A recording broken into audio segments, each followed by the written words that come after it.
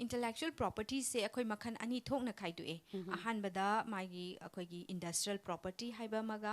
copyright haiba maga khaidue copyright pudi masagi lengdana adum lejare industrial property da kai kai changadage haiba matamda patent haiba ama leire geographical indication haiba ama leiri trademark haiba leiri design haidana sumaina makhanse ani thokna khaidue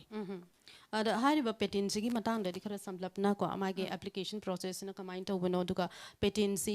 sigi right sima darka leiri basina kari kino haiba to gi matang da so haifetang samlapna haibiyo madam phani patent haiba je aina hojik panjagi bado industrial property type amagi manung da challi ko aduna ma se kari ga mari leina ga te ki haiba matam da invention kana gumba kari gumba pot ama puthora pado madu saraga mana puthora ka doine ba se khudam oina hairaba da ai rice mill ama saraga puthora age ba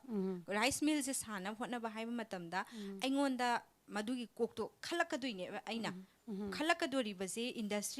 industrial relation ga mari leina ba pot ama oidoine adu aina sagalaka doine ba adugi ai sumain tawdana maina rice mill macha ama di yumdong mi laikai da mafam khudingi chatlaga cheng takpa haibase wai aduna ai sumaina yumda sum thammaga akoi yamna khuloiba mawongda aina sumaina ngasi bo puthoktriba pot asibu aina mana sagachaba aina wakhanje sagachaba haureba asi ai gi kokta di leini ko asi kana gumba amata di khangba leitriba asi khangan basu yadeba ko maramdi masi ai chahi cha kaya dagi ai kokta sagal akanda kamaina ai kari pot kari bu season nagani kamaina makhongje pangani yot kari season nagani kamain tawgani kayam chawgani pak chawgani kaise ai gi idea ne ba ko idea oina leiringai di intellectual property right ki protection phangba yaroiba ko idea du gi tapna sagal akanda mapung mare phara kanda aina adu kanda da mana patent dugi invention dugi right phangani adugi exclusive right oina ma khaktagi oiba ma phangane ba aduna masibu akoina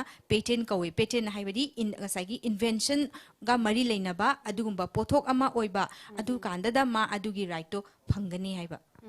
ada hariba right katang si oga doira duga atai tai kari ade vast oiba right magi de patent right se paiba mi gi right se kari no haibadu madi katang vast oina dum laiga da ramida right se aina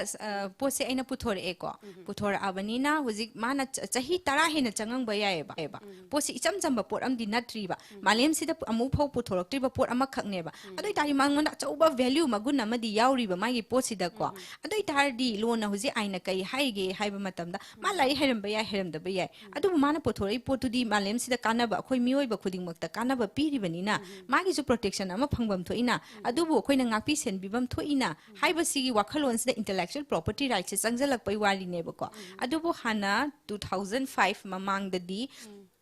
magi term se asi aina protection phangtara di chahi tara mangagi sumaina period se pirameba sibang manung sida mai kusi ne ba ko adu 2005 ta amendment se la akanda di ma huji chahi kun hena phangkhreba chahi kun sibang manung da magi apamba ne ba mana puthora iba ngasagi pothok se pot se product se mana yon thokera kanagumbam da chahi mangagi license pithokera natraga ma kanagumbam da madu assign tok thokigera mai apamba ne ba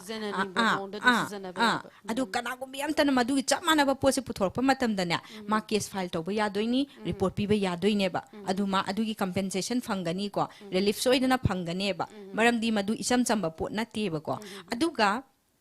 sahi kun se ngasi loire ba adu nongala kanda di magi right se loidoine ba maram di mana chahi punsi supa konjala thamba ya ba di na te ba ko adu na chahi kun se hek lapse to gi ba lohi baga nongan baga di public domain da lani public domain da lak pa hai ba di